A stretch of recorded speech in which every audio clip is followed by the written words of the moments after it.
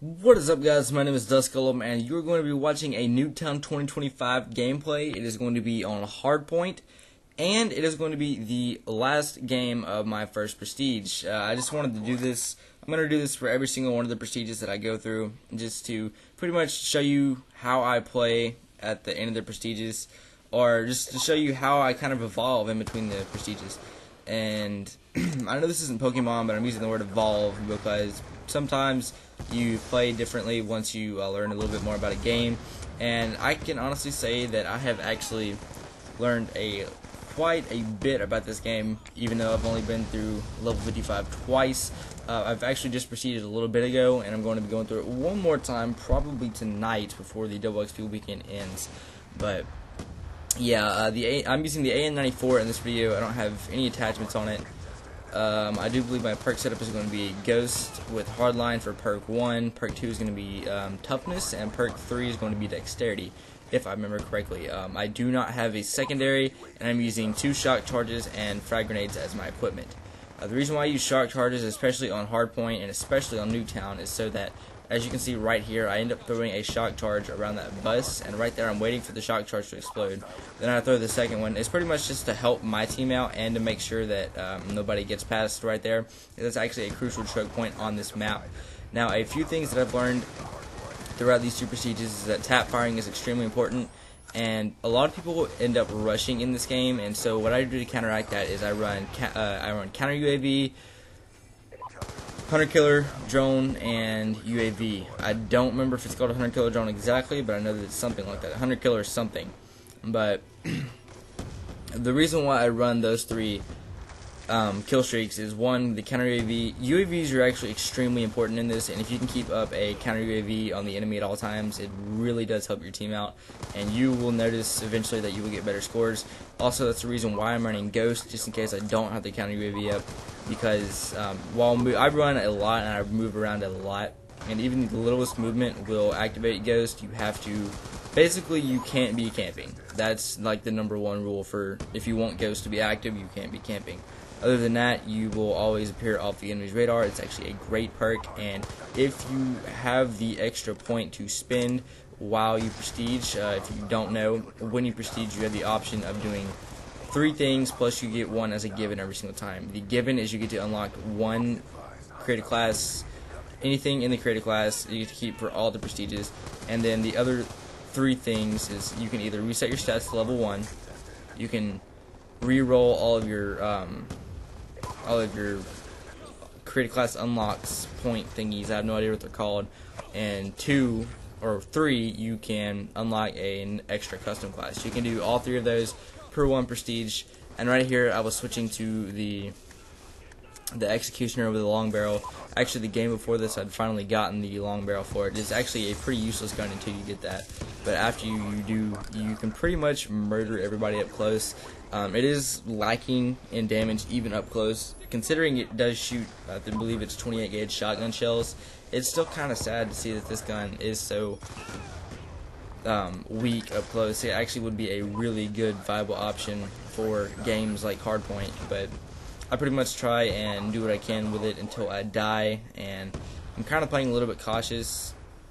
The reason for that is so that, 1, I get a good KD, because my KD right now is horrible. It's barely a 1 KD, and I know that's not important, and it's not to me either, but I do like having at least over a 1 KD. If it's not under that, then I'm good, but I kind of strive to have it a little bit over that, and yeah, I do believe it is called the Hunter Killer Drone. Also, running Dexterity, and the combination of Dexterity and Extreme Conditioning is really useful. I really don't see a use for a secondary unless you're sniping. Then I always run the TAC 45. That is actually my go-to choice when it comes to the secondaries. If I'm not using a stinger, that's another thing, guys. Please shoot down air support for your team. It doesn't seem like it's that big of a deal, but these stealth choppers really will kick your ass if you're not careful. And it is kind of important to have somebody, at least one person on your team, running the stinger.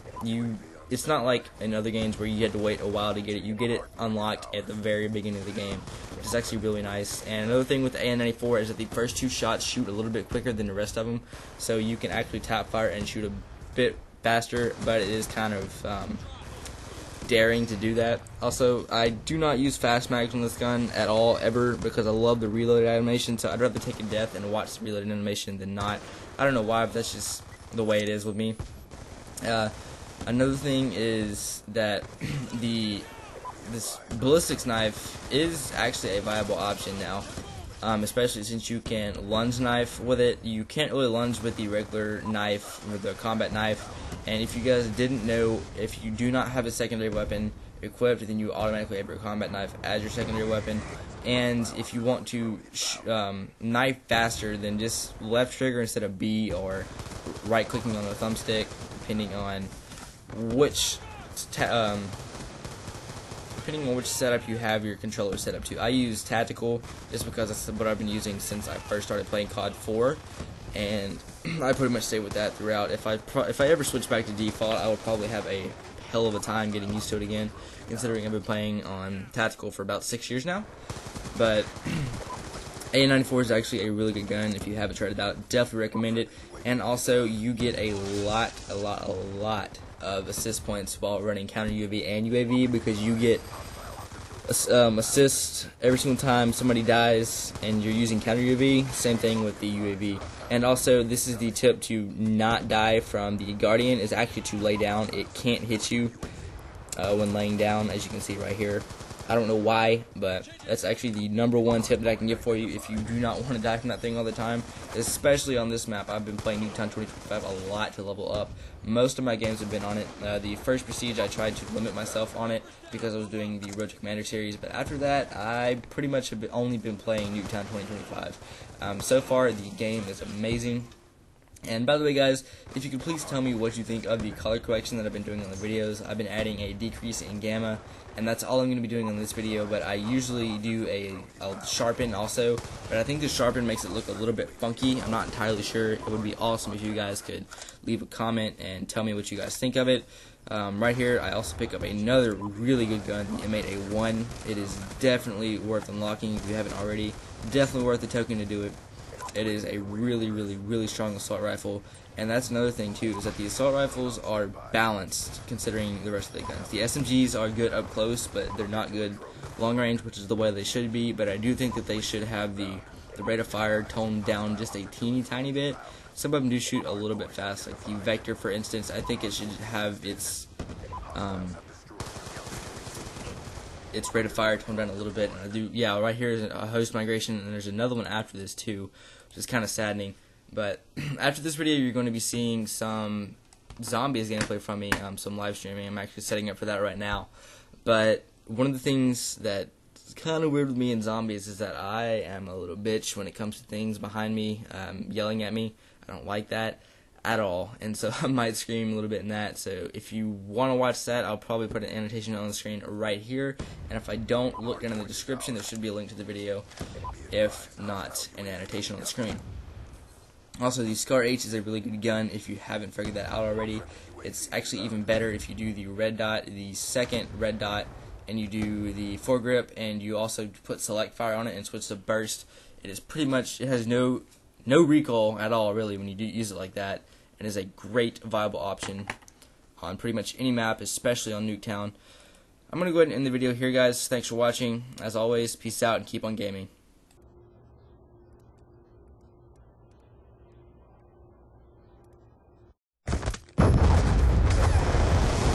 Hardpoint locked down.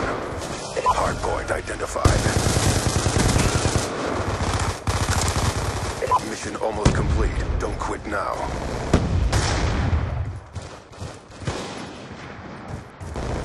Be advised, hostile hunter-killer drone inbound. Be advised, hostile UAV incoming. Hunter-killer drone deployed. Friendly UAV inbound.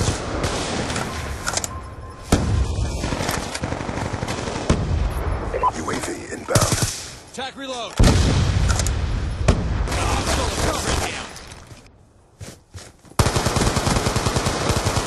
Positioning!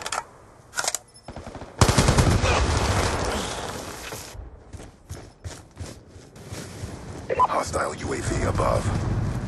Be advised, hostile care package inbound. Hostile Hostile hunter-killer drone inbound. Hardpoint identified. UAV on standby.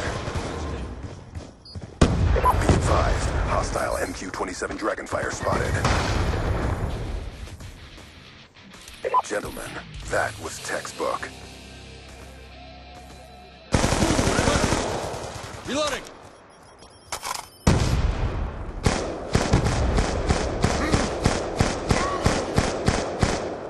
Enemy down.